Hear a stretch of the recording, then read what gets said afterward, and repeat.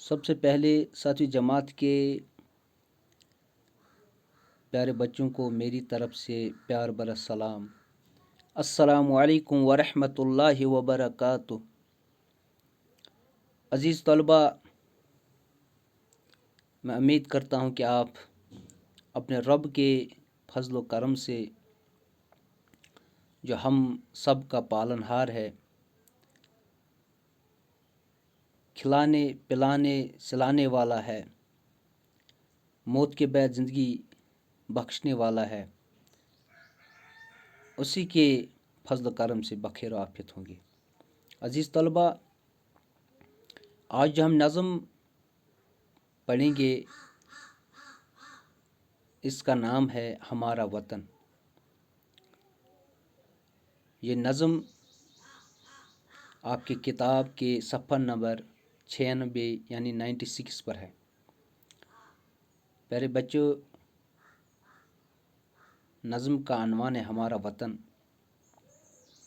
اس نظم میں ہم اپنے وطن کے بارے میں پڑھیں گے کہ ہمارا وطن کیسا ہے، جنت کا ٹکڑا کیوں ہے، یا جنت کا ٹکڑا اسے کیوں کہا جاتا ہے،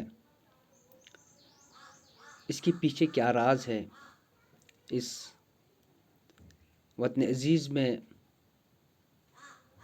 بے شمار قدرتی چیزیں ہمیں دیکھنے کو ملتی ہے۔ انہی قدرتی چیزوں کی وجہ سے ہمارا وطن آج کل سہانا بھی سندر بھی ہے۔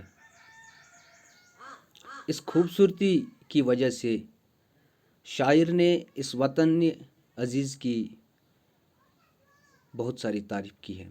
پیارے بچوں، اب پڑھتے ہیں۔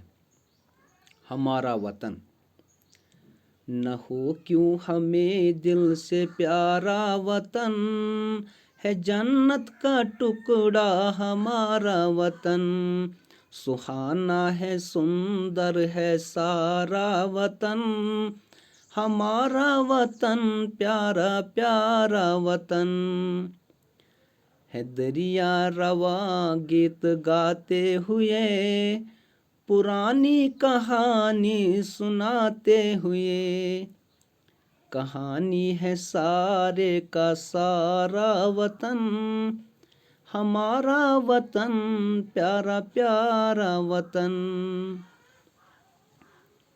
عزیز طلبہ، اب میں نظم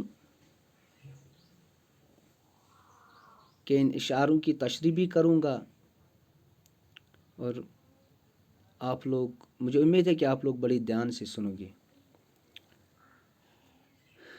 نہ ہو کیوں ہمیں دل سے پیارا وطن، ہے جنت کا ٹکڑا ہمارا وطن،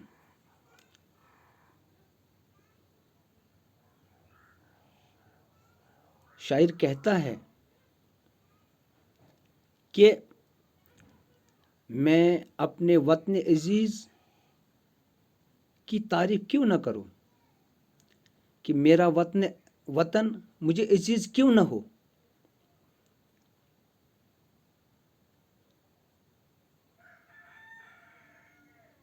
جو اتنا خوبصورت ہے۔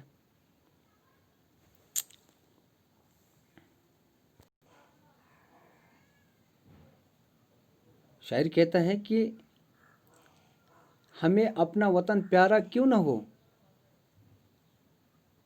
کیونکہ یہ جنت کا ایک ٹکڑا جو زمین پر آیا، یعنی ہمارا وطن ہمیں بہت پیارا ہے۔ اس کی وجوہات یہ ہے کہ یہ جنت کا ٹکڑا زمین پر ہے۔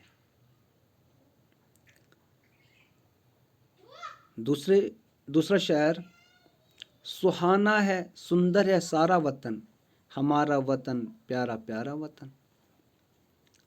اس شعر میں شاعر کہتا ہے کہ میرے وطن کی خوبی اس سے بڑھ کر کیا ہو سکتی ہے، جو سہانا بھی ہے، سندر اور دلکش بھی ہے۔